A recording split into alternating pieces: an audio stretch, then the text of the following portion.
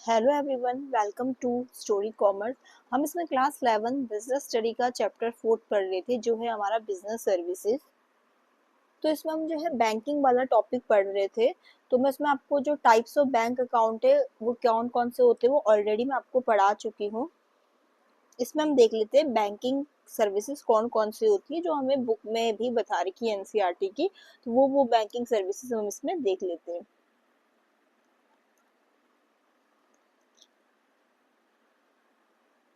तो एक टॉपिक हमारा दे रखा हमें कि बैंकिंग की सर्विसेज कौन कौन सी होती है। ठीक है, तो जो हमें इन्होंने एनसीईआरटी की बुक में भी दे रखा, मेनली वो तीन तरीके से दे रखा। एक दे रखा है आपका बैंक ड्राफ्ट।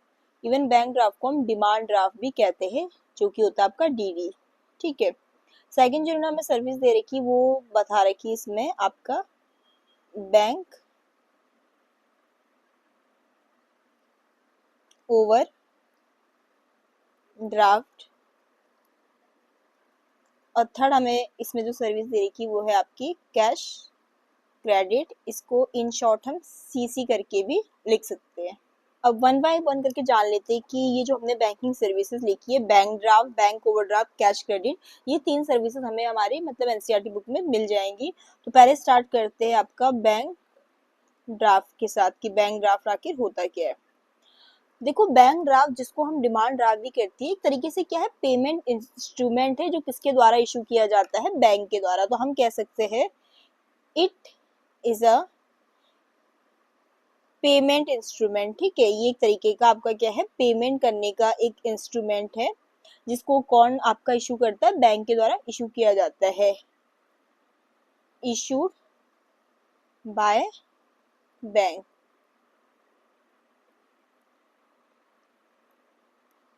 ये एक तरीके से क्या होता है, एक लिखित में ऑर्डर होता है एक बैंक ब्रांच से दूसरी बैंक ब्रांच के लिए कि इतना सर्टेन सम ऑफ मनी आप स्पेसिफाइड पर्सन या ऑर्गेनाइजेशन को दे दीजिए। ठीक है, ये आपका प्रीपेड होता है कि बैंक जैसे किसी, अगर जैसे आप ही बैंक के कस्टमर है और आप बैंक के पास जाते हैं कि भी मुझे बैंक ड्राफ्ट दे दीजिए है इतने रुपए का, समझ लो कि भाई इतने रुपए का चाहिए। आपने बोला कि मुझे बैंक ड्राफ्ट दे दीजिए 50,000 रुपए का, और कस्टमर का नाम बता दिया है कि मुझे इस कस्टमर को पे करने हैं। ठीक है, तो पहले आपको बैंक को पेमेंट करनी पड़ेगी उतने रुपए की। ठीक है, तब जाके बैंक आपको वो उतने रुपए का ड्राफ्ट इशू करेगा। तो ये होता है आपका बैंक ड्राफ्ट। ठीक है, इसीलिए ये क्या होता है, आपका प्रीपेड होता है, जिसका मतलब क्या है कि बैंक ये ड्राफ्ट आपको तभी इशू करेगा उतने रुपए का जब अपने कस्टमर से वो पैसे पालेगा उतने। ठीक है, तो बैंक ड्राफ्ट आपका क्या है, एक तरीके का पेमेंट इंस्ट्रूमेंट है जो इशू किया जाता है बैंक के द्वारा। एक तरीके से रिटर्न ऑर्डर होता है जिसमें लिखा रहता है कि फ्रॉम एक बैंक ब्रांच से दूसरी ब्रांच को कि इतना certain some of money specified person या ऑर्गेनाइजेशन को दे दीजिए। और ये आपका कैसा होता है, प्रीपेड होता है, जिसका मतलब क्या होता है, which means the bank issue it only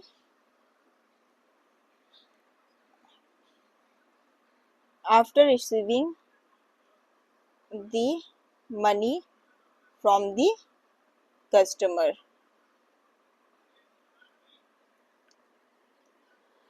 तो जो हमने बैंक ड्राफ्ट के बारे में क्या जाना कि एक तो ये आपका पेमेंट इंस्ट्रूमेंट होता है, प्रीपेड होता है, और सिर्फ ये बैंक ही इशू कर सकता है।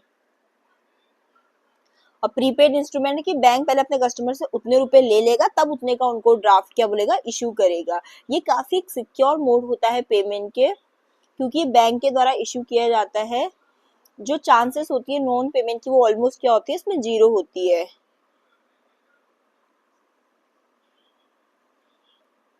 बट क्या होता है कि आपका नॉन नेगोशिएबल होता है। जैसे चेक तो क्या होता है कि नेगोशिएबल होता है ना, नॉन नेगोशिएबल का हमारा मतलब ये है कि जिस पर्सन का नाम उसमें लिखा रहेगा वो ही पेमेंट रिसीव करेगा। ऐसा नहीं कि कोई चेक लेकर कोई दूसरा पर्सन चला जाएगा, नहीं, जिसका नाम उसमें लिखा है वही पर्सन इसकी पेमेंट रिसीव करेगा। किसकी, बैंक ड्राफ्ट की। अब बैंक ड्राफ्ट के बाद हम दूसरा आपका आ जाएंगे बैंक ओवरड्राफ्ट पे।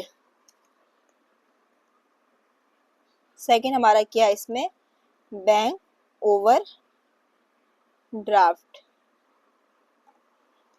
तो बैंक ओवरड्राफ्ट एक ऐसी फैसिलिटी है जो बैंक अपने कस्टमर को देता है कि जितना उनके खाते में बैलेंस है उससे ज्यादा वो विड्रॉ कर सकते हो। ये किस खाते से लिंक होता है? आपका करेंट अकाउंट से। एक तरीके से हम कह सकते हैं कि बैंक इसमें शॉर्ट टर्म लोन प्रोवाइड करता है अपने कस्टमर की अर्जेंट नीड को पूरा करने के लिए, ठीक है, कि जितने आपके खाते में उससे ज्यादा भी आप विड्रॉ कर सकते हैं। तो एक तरीके से एक शॉर्ट टर्म लोन होता है जो बैंक अपने ग्राहक को देता है, और ये करेंट अकाउंट में ही ये फैसिलिटी मिलती है। तो आप इसमें लिख लीजिए है अ बैंक ओवरड्राफ्ट, ओवरड्राफ्ट को हम इन शॉर्ट ओडी भी लिख सकते हैं, is a facility given by banks where a customer is allowed, ठीक है, जहां पर कस्टमर को अलाउ कर रहे हैं कि विड्रॉ कर सकते हैं जितना आपके खाते में पैसे उससे ज्यादा भी आप विड्रॉ कर सकते हैं। Where customer is allowed to withdraw more money than the balance available in their current account, ठीक है। तो मैंने आपको कहा कि ये फैसिलिटी करंट अकाउंट से लिंक है, ठीक है।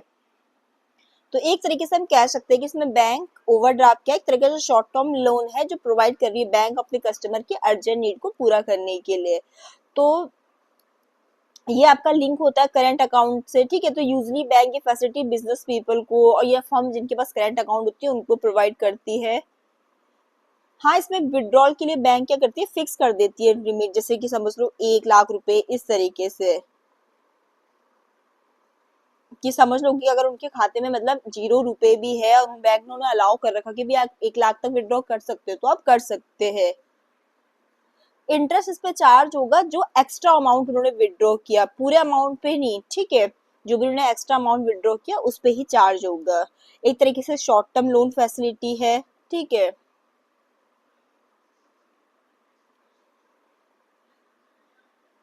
अब तीसरी जो हम बैंकिंग की सर्विस है वो पढ़ लेते हैं, वो है हमारी कैश क्रेडिट। दो हम ऑलरेडी पढ़ चुके हैं, थर्ड वाली हम जान लेते हैं, कैश क्रेडिट। तो कैश क्रेडिट एक तरीके से एक शॉर्ट टर्म लोन फैसिलिटी है जो बैंक के द्वारा दिया जा रहा है मेनली किसको, बिजनेसेस को। इस फैसिलिटी में क्या होता है कि जो बोरोवर है वो विड्रॉ कर सकता है मनी कुछ एक सर्टेन लिमिट तक जो बैंक के द्वारा फिक्स की गई है, even if there is no balance in their account, अगर उनके अकाउंट में बैलेंस नहीं है तब भी। और ये कैश क्रेडिट लेने के लिए उनको कुछ सिक्योरिटी प्रोवाइड करनी पड़ेगी कस्टमर को, जैसे स्टॉक, रॉ मटेरियल या कोई भी asset as a security provide करनी पड़ेगी, किसमें, आपके कैश क्रेडिट में।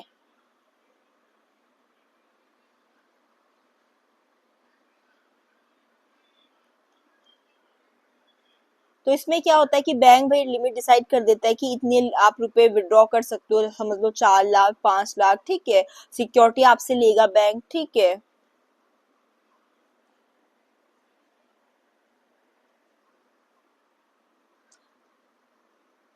और इसमें क्या होता है कि कॉमनली ये बिजनेसमैन इसको यूज करते हैं, जैसे उनको वर्किंग कैपिटल के लिए पैसा चाहिए उसके लिए, ठीक है, उनके डे टू डे खर्चों को मीट करने के लिए, जैसे रॉ मटेरियल खरीदना है, सैलरी देनी है, जो उनकी वर्किंग कैपिटल की नीड्स को ये पूरा करता है।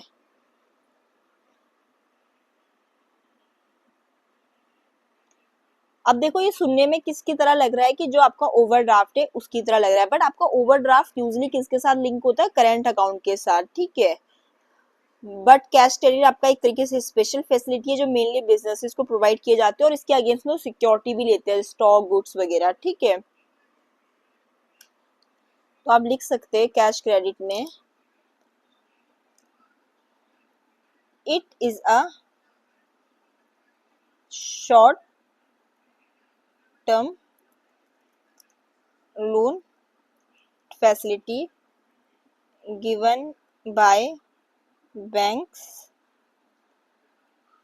मेनली टू बिजनेसेस, ठीक है। एक तरीके से शॉर्ट टर्म लोन फैसिलिटी है जो बैंक क्या बोलते हैं, बिजनेसेस को देती है, और बट सिक्योरिटी लेती है इसके अगेंस्ट, ठीक है। It is provided against security, like security में वो उनसे स्टॉक ले सकते हैं, ठीक है, या कुछ रॉ मटेरियल्स या कोई भी एसेट्स।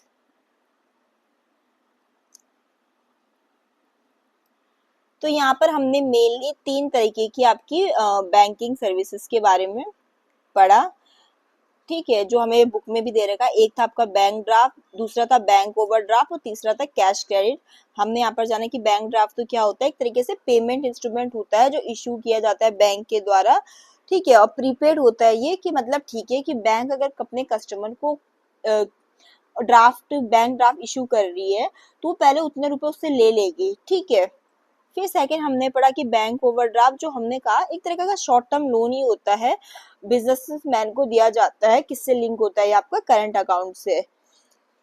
थर्ड हमने पढ़ा कैश क्रेडिट, ये भी एक तरीके का शॉर्ट टर्म लोन फैसिलिटी है, बट बैंक इनमें सिक्योरिटी लेती है अपने कस्टमर से, जैसे स्टॉक, रॉ मटेरियल या कुछ भी और एसेट्स, ठीक है। तो हमने बैंकिंग सर्विसेज पढ़ा, बैंकिंग सर्विसेज की ये 3 हमने इसमें टाइप पढ़े।